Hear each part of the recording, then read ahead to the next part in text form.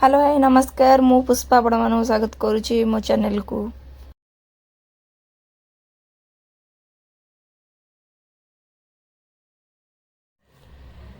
तो बर्तमान आम गाड़ी में बाहरी जाइचु 3 जन लवणगिरी जगन्नाथ मंदिर दर्शन करने।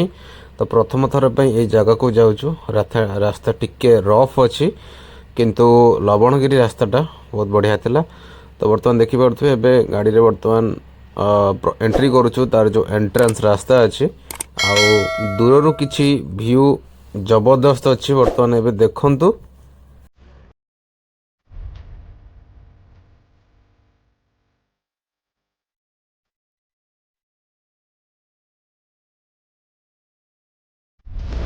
देखिपे सांग मैंने आम अलरेडी एंट्री कर बढ़िया लगुच भ्यूटा। चलन जीवा ऊपर को केमती कौन व्यूज आउ जगन्नाथ दर्शन करिया। पानी आम एक्चुअली सांग मैंने ब्रेकफास्ट कर पलि आस पानी कहीं पीनु कि आज पानी भी किए आनीनी। आम जो जाइलु शनि मंदिर पानी हेलमेटा रहा आज आम शनिवार जेहतु समस्ते पूरा କାହିଁକି ମଲେଇ ଅଛି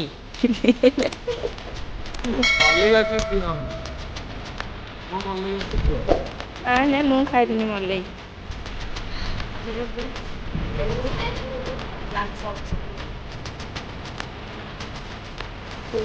କୋଉଠି ବସିକି ଆଇସ୍କ୍ରିମ୍ ମାଙ୍କଡ ଭଳିଆ।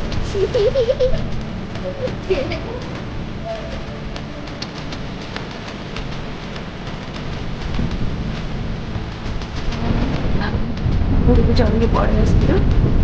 ଦେଖନ୍ତୁ ମନ୍ଦିର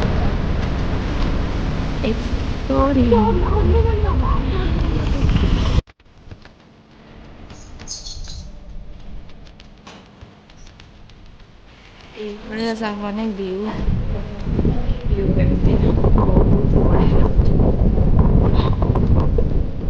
ବହୁତ ହାଇଟ୍ ହେଇଛି।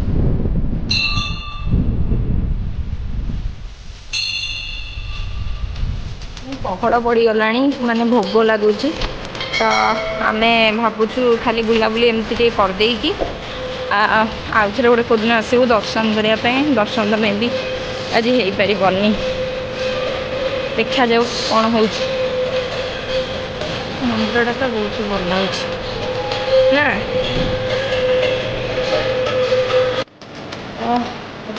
ପହଡ଼ ଖୋଲା ହେଇଗଲା ନା ବୋଧେ ଖୋଲା ହେଇଛି ମାନେ ଦେଖି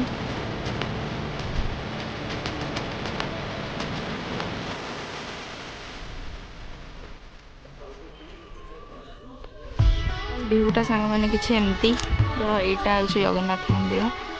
ଆକ୍ଚୁଆଲି ପହଡ଼ ପଡ଼ିଯାଇଛି ତା ସେଇଠି ତାଙ୍କର ରୋଷେଇ ହେଉଛି। ଆଉ ଏଇଟା ଗୋଟେ ମନ୍ଦିର, ଏଇଟା ଗୋଟେ ମନ୍ଦିର ମା ବିମଳାଙ୍କ ମନ୍ଦିର ଏଇଟା।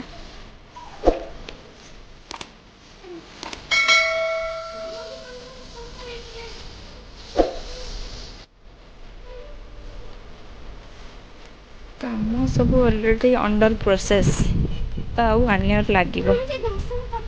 ହଁ ଉଠେ କାମ ସବୁ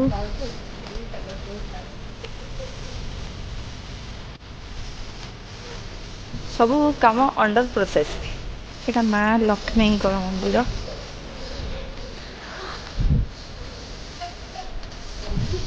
ଭିଉଟା ଦେଖନ୍ତୁ ସାଙ୍ଗମାନେ, ବଢ଼ିଆ ହେଇଛି ନେଚର ନା।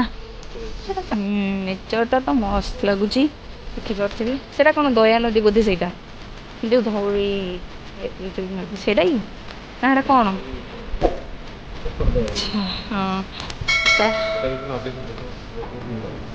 ଓହୋ ବାଲି ଭଳିଆ ଦେଖାଯାଉଛି।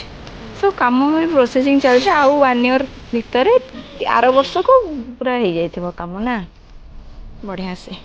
ओके तो फ्रेंड्स देखिले लावण्यगिरी जगन्नाथ टेम्पल सତରେ बहुत बढ़िया ହେଇଛି। ଆଉ ବହୁତ ନ୍ୟାଚୁରାल ଜାଗାରେ ଅଛି ଆଉ ଟିକେ ହାଇଟ୍ରେ ବି ଅଛି। ଆଉ ଭୁବନେଶ୍ୱରରେ ଏମିତିଆ ଜାଗା ବି ମିଳିବା ଏକ୍ସପେକ୍ଟେଡ଼ କରିନଥିଲୁ।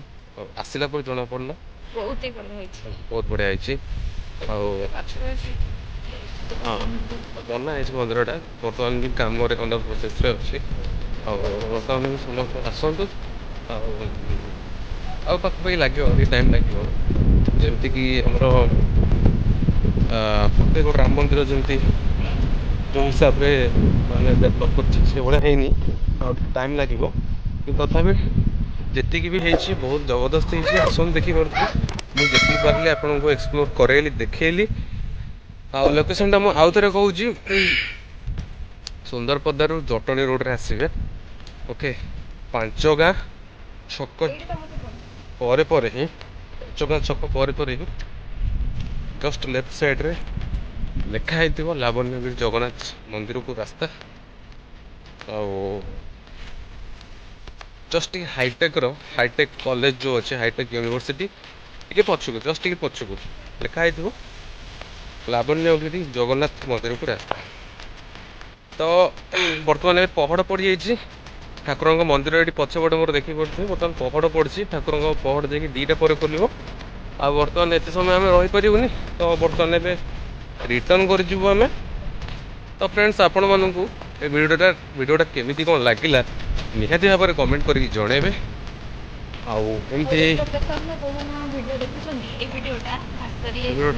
ସୁନ୍ଦରପଦା ଲୋକେସନ୍ କିଏ ଦେଖୁଛନ୍ତି କ'ଣ ନିହାତି ଜଣାଇବେ।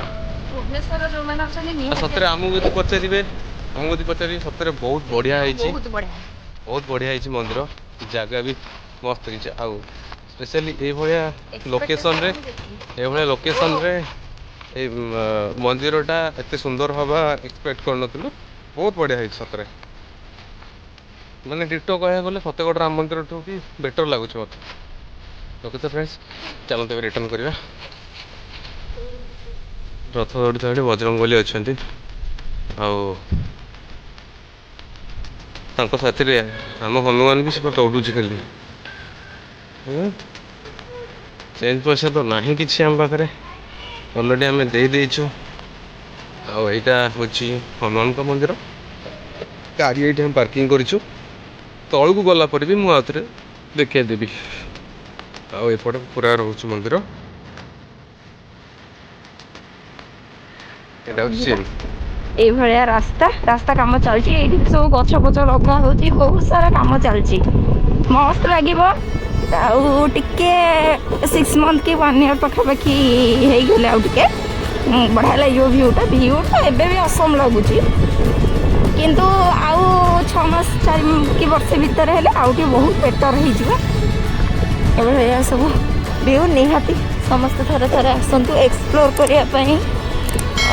କ'ଣ ତ ଏଇଟା ଜଗନ୍ନାଥ ମନ୍ଦିର, ଲାବଣ୍ୟଗିରି ଜଗନ୍ନାଥ ଟେମ୍ପଲ୍। ସାଙ୍ଗମାନେ ଯଦି ଭିଡ଼ିଓଟା ଆଜିର ଭଲ ଲାଗିଛି ନିହାତି ଲାଇକ୍ ସେୟାର ସବସ୍କ୍ରାଇବ୍ କରିଦେବେ। ରହୁଛୁ, ଟାଟା ବାଏ, ଟେକ୍ କେୟାର। ଏଇ ରାସ୍ତାଟା ବହୁତ ହି ବଢ଼ିଆ ହେଇଛି ଏଣ୍ଟ୍ରି।